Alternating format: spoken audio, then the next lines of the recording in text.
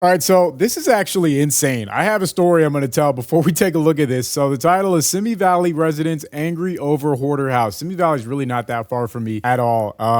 So as you can see here, it looks like a gigantic property that is absolutely covered in trash.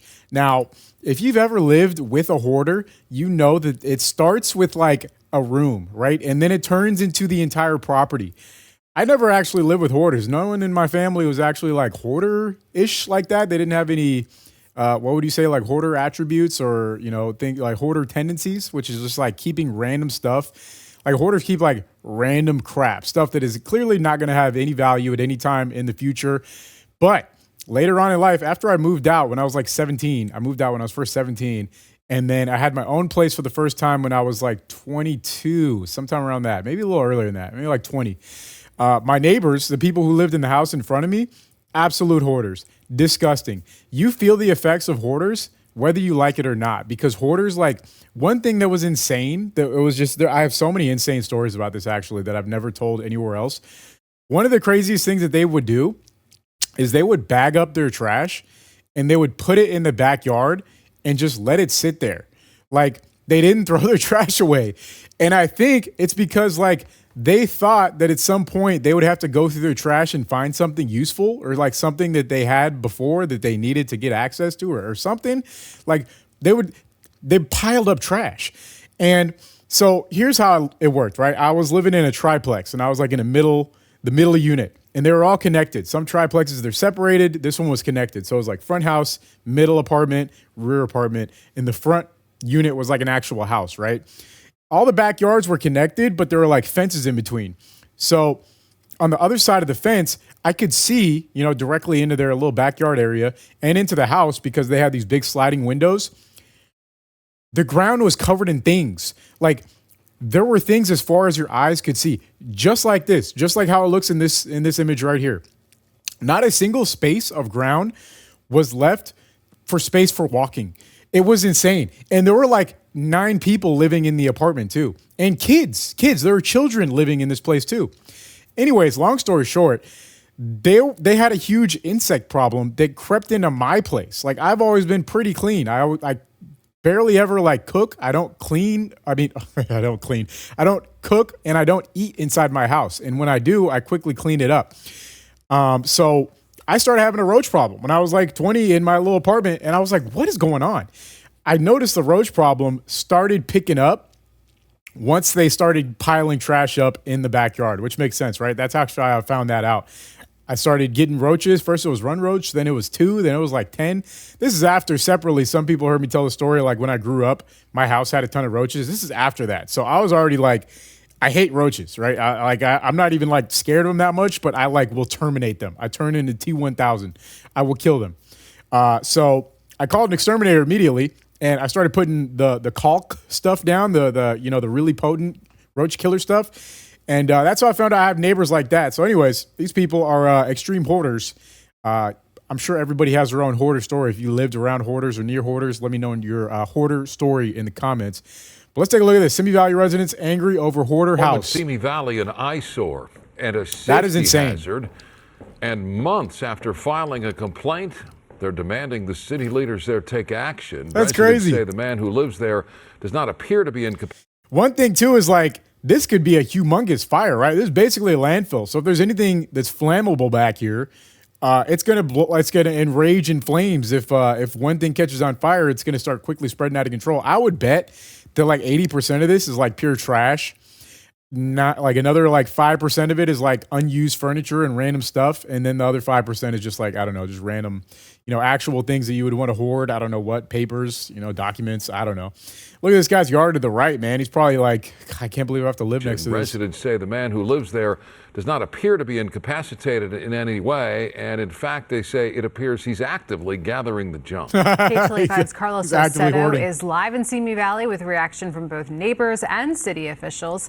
Hi, Carlos. Hey, well, some neighbors did file a complaint with the city 9 months ago, and the resident, while he did clean up his act, 9 months ago, but not entirely. Tonight, waste is still visible from above. I mean, honestly, the sidewalk, he probably took that as a challenge, right? They're trying to clean him out. He's probably like, what? I'm going to double down. They got a helicopter over this guy's house so they can see how much trash he is. Now, here's the thing.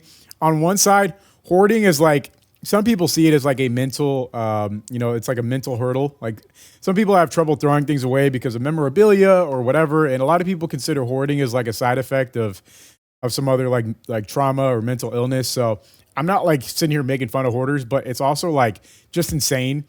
I think everyone's dealt with the effects of someone who is a hoarder at some point. They had a whole TV show about people who were hoarders cleaning out their stuff, right? And they started going through their stuff, and you see how much of it is just absolutely junk. So look at this dude. There's like overhead shot of how much crap they have. And this guy's a gigantic property. Like, that's huge. It's actually huge how much space he has. Anyways. It's still visible from above. From the sidewalk, you can barely tell anything is wrong with this house in Simi Valley. But from a bird's eye view, you can see the clear signs of an apparent hoarder. The back property is covered with tents and what some would call piles of junk. It looked like a junkyard in the front. I mean, it is. So, yeah, it definitely could be a health hazard, And then you can see the house is a little bit run down. Neighbors in the 4400 block of Apricot Road the house looks good from outside. To be a lot worse, where the entire property, front and back, was littered with waste. Trading Post. I did notice that, the neighbor had some couches, some trash in front of his house.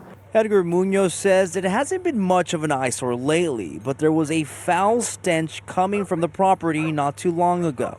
So there was some order a couple days ago. We just didn't know where it was coming from. Obviously, the wind was hitting this way, and we thought, yikes, from, bro. The apartments or something. Straight odor. She was even gagging at some point. The person who lives there has signs up calling the rubbish a trading post. So he's trying to start a business. He's even got his number right there. Wow. Looking for volunteers to help sell online and soon in store.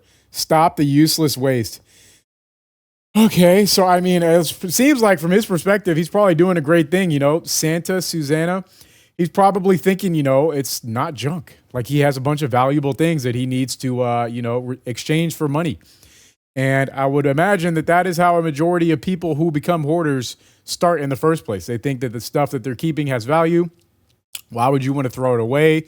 Next thing you know, your backyard looks like how this guy's does, like this.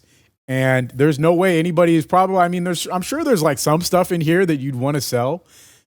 There's probably some stuff that's valuable to somebody that someone would pay for, but I don't know. What do you guys think? Is there anything, do you think this guy has absolutely anything of value back here? I mean, you never know. He could have some random rare collector stuff, but clearly the majority of it is trash, especially if they're saying they have like a putrid smell. Like, I highly doubt that. So, it's crazy. I actually have this other time. I was riding my Suron through Compton, in Compton. I was off of Rosecrans and I made a left and I passed this lady's house. And I cut this footage out of the video because it was actually kind of crazy. Her front yard it was completely covered in trash, like completely filled. And I stopped to look at it and I was just looking at it. And then she came outside and she was like, "Hey, how are you?" And I was like, "Hey, how are you doing?" And she was like, "Oh, just another day." I wanted to ask her like what was going on because it was clearly not like a yard sale. It was clearly just like, she was a totally normal, nice old lady, not too old, didn't seem crazy or nothing, but like junk, like actual garbage, completely filling her front yard, filling the driveway. Her garage door was up and there was trash piled all the way into the garage, up to the ceiling almost, just trash. Literally trash and garbage and like useless furniture and broken stuff. So, I don't know. It's really fascinating to get into the mind of someone who gathers stuff up like this and thinks that it's going to become useful one day, but it's also like, I don't know, it's kind of confusing, to be honest. She was even gagging at some point. The person who lives there has signs up calling the rubbish a trading post or secondhand store. Neighbors say they often see the owner holding yard sales on weekends. So like from here, you can see from the front, you really can't even tell what's going on. You probably see a sign. I wonder if he invites people to go back here. I wonder if we went here, would he allow us to go back? And take a tour. It seems like he's probably not the friendliest dude, but like, here's like what's going on. This looks like a hotel or something to his left. These are properties to the right. And then all this is his, bro. He has a massive land plot though. That's the other thing. If he's a normal dude, I mean, it's on one hand, you could argue like this is his land. You know, who's to tell him what he can do with his land? It's his, right? So obviously, there's going to be, if someone tried to force all of his stuff out, the people would probably show up to his house and protest, be like, no, this guy, he has the right to keep this stuff. That's LA for you. That would absolutely happen. I would actually imagine people would come in droves and be like, you know what? This guy deserves to have his land and use it as a landfill because that's his right. And honestly, you know, you can look at it that way and you're not 100% wrong. If you just want to be a hoarder and be disgusting, you know, I guess there's limitations as far as when it comes to odor, but as far as actually owning trash on your property, I mean, is that the worst thing? Like, who can really stop you if you want to do that?